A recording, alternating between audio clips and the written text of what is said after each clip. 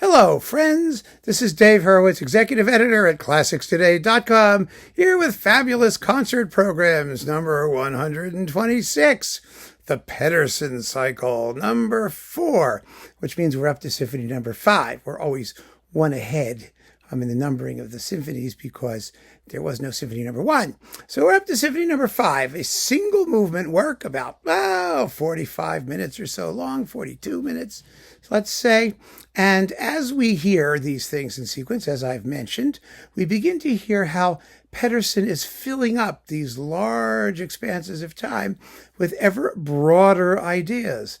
As usual, the quick music is based on very simple motives repeated in numerous ways, and the lyrical stuff in this symphony is extremely beautiful. I mean, it's very beautiful in all of his symphonies, to be honest. I mean, Pettersson has such a formidable reputation that I think people don't stop to listen to just how rich in lyricism his symphonies are.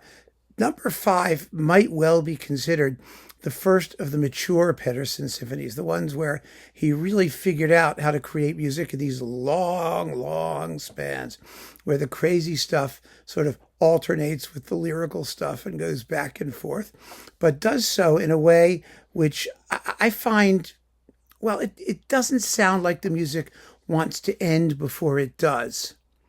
He sometimes he comes to a full stop. Don't get me wrong. I mean, a full close. But what I mean is that the ideas are so broad in and of themselves that we tend to be able to listen in many minute stretches without wishing that these sections would just stop and we could go go to the bathroom and come back and pick up where we left off. It doesn't work that way. This symphony is a really unified, organic whole, and it's really powerful. Wonderful stuff. It's got some usual screechy, crazy climaxes, and then, some just lovely, lovely passages. And I think it will really make an enjoyable first half of a concert. Yes, it has to be first. The audience has to be fresh. The audience has to be willing to take it all in, and they have to be able to endure 40 minutes of continuous music without wanting to run away screaming.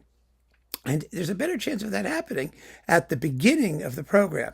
And as usual with these programs, you'll never hear them live anyway, so what the hell? We could do it any way we want. But trust me when I tell you, if you listen to the symphony first and then listen to the rest of the program, you're going to have a very, very good experience, an enjoyable experience, because lightening things up as you go really is a very natural thing. Nobody stops to think just how abnormal it was to put the heaviest, biggest thing on the program last. The entire concept of symphonic form in the classical period, that is of Haydn, Mozart, and Beethoven, was that the heaviest and most formally sophisticated and intricate movement was the first movement. And thereafter, things became progressively lighter.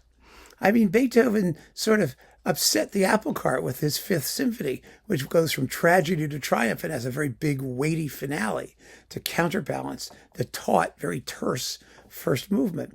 But generally speaking, that was an exception. That exception became the rule later in the Romantic period, where symphonies had, if they started in minor keys anyway, had to have big, heroic finales.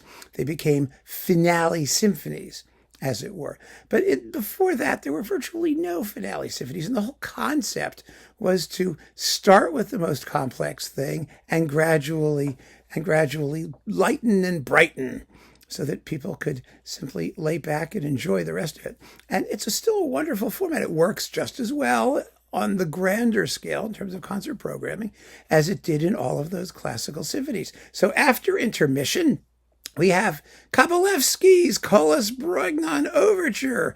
That's one of those overtures that I was talking about that seems to have faded. It seems to have vanished. It's only 5 or 6 minutes long, and it's delightful and fun and bubbly and as far away from Alan Pettersson as it's possible to be and still be on the same planet. And then for the big concerto wind-up, here's a piece that really deserves to get performed once in 50 or 60 years. Henry Litolff's Concerto Symphonique No. 4. There are 4 of them. There were 5 originally, but number 1 is missing. There are 4 of these suckers. They are 4-movement concertante symphonies with piano solos. They're for piano and orchestra. The piano parts are extremely virtuosic. These are not just, what makes them symphonique is the presence of the scherzo. And it's the scherzo from this piece that is the only thing of Litolff that survives on disc or anywhere else. Certainly not in concert. No one plays these short works in concert. So if you heard of Litolff, it's probably because you heard the scherzo, which is delightful, from this particular work.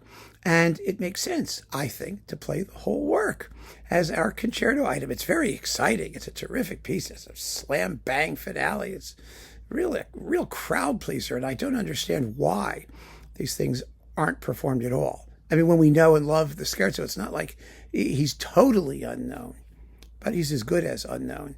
And so there you have it, a wonderful program that begins in deepest angst in the Pettersson Fifth, and then proceeds to a little comic interlude, followed by a wonderful romantic bit of Sturm und Drang. It's just going to make a whiz-bang finale to this concert. Give it a shot. Trust me. I know what I'm doing. So keep on listening, friends. Thanks so much for joining me. Take care.